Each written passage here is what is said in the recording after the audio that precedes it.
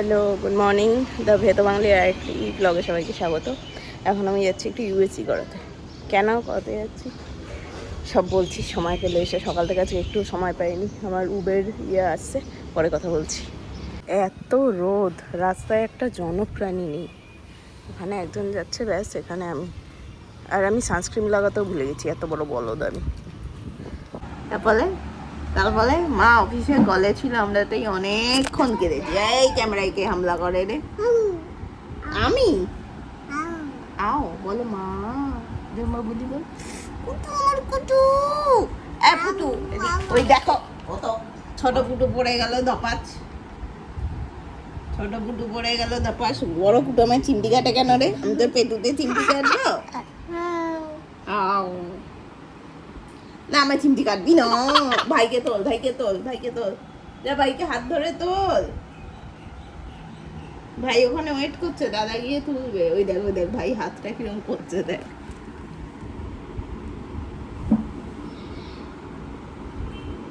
যা ভাইকে তোল, যা উঠে গিয়ে তোল, হাত দে, হাত দে, হাত দে। শুয়ে বলো, কি গরম গো।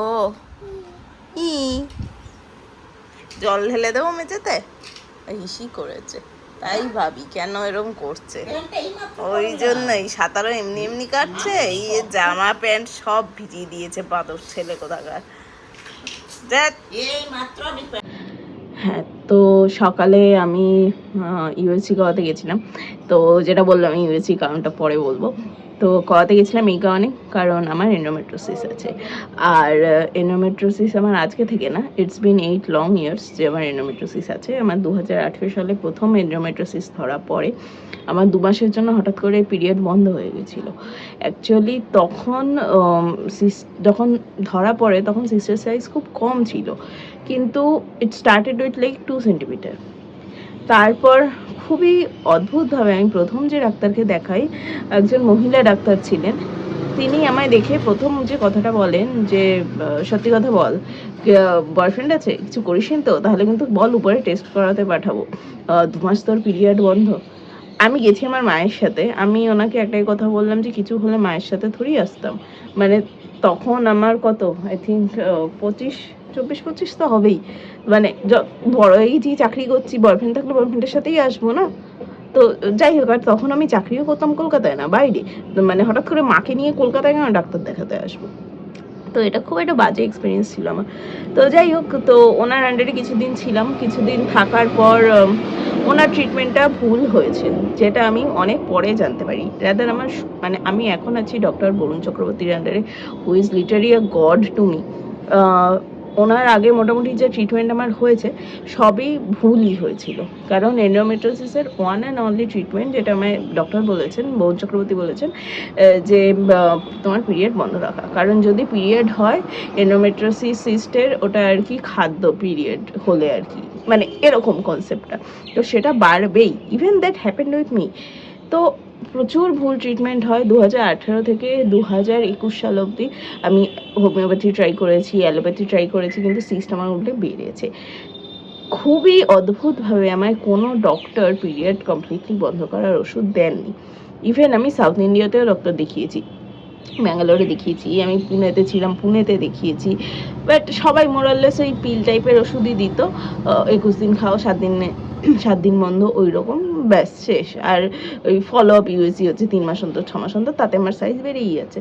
তো 21 সালে যখন আমার বিয়ে হয়, তারপরে আমি বরুণ চক্রবর্তীর খোঁজ পাই। তো 21 সালে ডিসেম্বরে আমার বিয়ে হয়, 22-এর শুরু বা মিড থেকে আমি আই থিঙ্ক বরুণ চক্রবর্তীকে দেখাই, বিকজ ততদিনে আমার 6 সেন্টিমিটার হয়ে গেছে। তো তখন উনি বললেন যে তোমার যা যা ট্রিটমেন্ট হচ্ছে সব ভুল হয়েছে, তোমার এখন একটাই ট্রিটমেন্ট, পিরিয়ড বন্ধ রাখো, if you are not planning for baby. তো আমার পিরিয়ড বন্ধ ছিল, বেশ 6 মাস মতো বন্ধ ছিল। তারপরে যখন আমরা ভাবলাম যে আমরা বেবি ট্রাই করব, তখন যথারীতি উনি ওষুধ বন্ধ করে দিলেন। তো আমরা পিরিয়ড আবার শুরু হলো, আমরা ট্রাই করছিলাম। সেই সময় আমার মানে সিসটা পিরিয়ড হওয়ার ফলে আরও বেড়ে যায়। ইভেন আমার একদিন জ্বর আসে, সেই জ্বর আসার পর আমি তো বুঝতে পারিনি, 2 দিন প্রথমে ক্যালপল খেলাম, 3 দিনের দিন চূড়ান্ত পেটে ব্যথা। ও আমার অ্যাপেলোর ইমার্জেন্সিতে নিয়ে গেল, ওখানে এক লেডি ডক্টর ছিলেন, উনি বললেন maybe this happen because of this endometriosis. তখন আমি আমার ডক্টরকে ফোন করলাম, উনি এই নেউটিয়াতে বসেন, যে স্যার এই হয়েছে, আমাকে এখন পেন কিলার দিয়ে শুয়ে দেওয়া হয়েছে। তো স্যার বললেন কাল তুই চলে আয় দেখাতে। কালকে দেখালাম, যখন আমি দেখাতে গিয়েছি আমি হাঁটতে পারছি না, আমি হুইল চেয়ারে। স্যার সেদিনই ঠিক করলেন আমার সেদিনই ওটি করতে হবে, কারণ আমার এন্ডোমেট্রোসিস টার্ন নিয়ে নিয়েছে, ইউএসসি করে দেখা গেলো। মানে উনি আমার টিভিএস দিয়েছিলেন আর আমি আমার টিভিএস করতে পারিনি, আমার এত যন্ত্রণা ছিল। তো যাই হোক, সেই দিন বললে আজকেই ভর্তি হও, আজকেই রাতে ইয়ে হবে, সন্ধ্যাবেলায় ওটি হবে। সন্ধ্যাবেলায় ওটি হলো না, কারণ আমার প্রচণ্ড জ্বর এলো সারা রাত। সে ওই নার্স এসে কিছুক্ষণ বাদে বাদে ওষুধ দিয়ে গেছে, টেম্পারেচার চেক করছে। সেই দিন সারা রাত ধরে আমার জ্বর কমানো হলো। পরের দিন 3টের সময় আমার ওটি হলো। আমার 3 ঘন্টার ওটি হয়েছে সিস্টার রিমুভ করার জন্য। তারপর তো আস্তে আস্তে কনসিভ করলাম, টাচউড, ভগবানের দয়ায়, অল বিকজ অফ ভগবানের দয়া, ডক্টরের কামাল।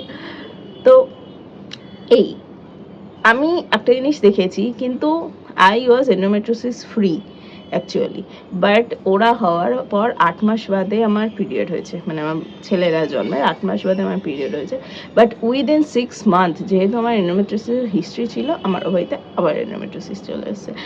তো সেইটাই এখনও আর কি ইয়ের মধ্যে আছে, হেন তেন এই সেই। এই এন্ডোমেট্রোসিস যে কী জিনিস, মানে এইটা আমার আমার এটা মনে হয়েছে যে আমি এমন বহু বন্ধুকে দেখেছি, আমার এক কাছের বন্ধু আছে যার ছোটোবেলায় ভীষণ রকম পিরিয়ড হতো, ভীষণ, বাট ও এখন completely free of any kind of cyst, period ভীষণ রেগুলার হয়, সব কিছু ঠিক। বাট ওর সে 12-13 বছর বয়স থেকে ট্রিটমেন্টটা হচ্ছে, যেটা আমার 25 বছর এসে আই থিঙ্ক শুরু হয়েছে। আমারও হেভি ব্লিডিং হতো, মাসে 2বার হতো, কিন্তু কখনো আমি জানি না, আমারও মনে হয়নি, আমার বাড়ির লোকেরও মনে হয়নি যে ডাক্তার দেখানো উচিত, সো আমরা দেখাইও নি, ইটস অল আওয়ার ফল্ট। একটা জিনিস আমি বুঝেছি, আমি প্রেগনেন্সিতে মারাত্মক লেভেলের ডায়েট করতাম, যেটা আমি এখনও করার চেষ্টা করি, 100% তো হয় না, বাট চেষ্টা করি। ফুচকা ছাড়া আমি কোনো বাইরের খাবার খেতাম না, মানে রেস্টুরেন্টে গেলেও বাঙালি রেস্টুরেন্টে খাবার খেতে যেতাম, অন্য কিছু খেতাম না, মানে ওই সস দেওয়া বা চাউমিন বা চিলি চিকেন ওই টাইপের জিনিসগুলো খেতাম না। বাঙালির খাবার খেতাম, বাঙালি রেস্টুরেন্টে গিয়ে, আর ফুচকাটা খেতাম, ওটা আমি ডাক্তারকে জিজ্ঞেস করি। এটা ছাড়া আরেকটা এটা হেল্প করেছে, সেটা হলো যে ডাবের জল রোজ খেতাম। এখন রোজ খাওয়া হয় না, ডাবের চা দাম, বাট রোজ ডাবের জল খেতাম। প্রচুর ফল খেতাম, যেটা আমি এখনও খাই, বাট কোন জায়গায় লাগে জানি না। ফল আমি ছোটোবেলা থেকেই প্রচুর খাই। জলটাও আমি এখন খাই, চলো এখন তো গরম পড়েছে। আর হ্যাঁ, সো জল আর ফলের সাথে আমি এটা খেতাম, সেটা হলো যে সিড, পামকিন সিড, কুমড়োর বীজ, আর সানফ্লাওয়ার সিড, এইগুলো আমি খেতাম। আর high protein diet, high protein মানে বিশাল হাই প্রোটিন, মানে সকালবেলা ছিলা খাচ্ছি তো সেটা ডালের ছিলা, কোনো দিন কাবলি চানা ভিজিয়ে রেখে সেটা পেস্ট করে, কোন দিন মুগ ডাল, কোন দিন তরকার ডালটাকে পেস্ট করে, সেই রকম ছিল, প্রচণ্ড হাই প্রোটিন। এখন অত খাওয়া হয় না, কারণ ছেলেদের নিয়ে পারি না। আর মাছ মাংস তো খাচ্ছি, বাট এই, so I really don't know what I have to do more. আমি কোল্ড ড্রিঙ্কস খাই না, কোনো রকম সফট ড্রিঙ্ক, হার্ড ড্রিঙ্ক তো বাদই নেই, গল্পে হার্ড ড্রিঙ্ক, স্মোকিং তো বাদ। বাট এটাই, দেখি ডাক্তার দেখাতে যাব, ডাক্তার কি বলে দেখি, তারপর দেখা হবে, ভাবা যাবে। সো এই আর কি, life with endometriosis, it's a chronic disease and it makes your life hell, but will rock in hell. So anyways, যাই, আজকে মনে হলো যে এন্ডোমেট্রোসিস নিয়ে কথা বলি, সো বললাম, পরে হয়তো আবার বলবো, দেখি ডাক্তার কী বলে, আমি সেই আপডেটও শেয়ার করবো। অ্যান্ড এই যাই, অফিস করি, টাটা।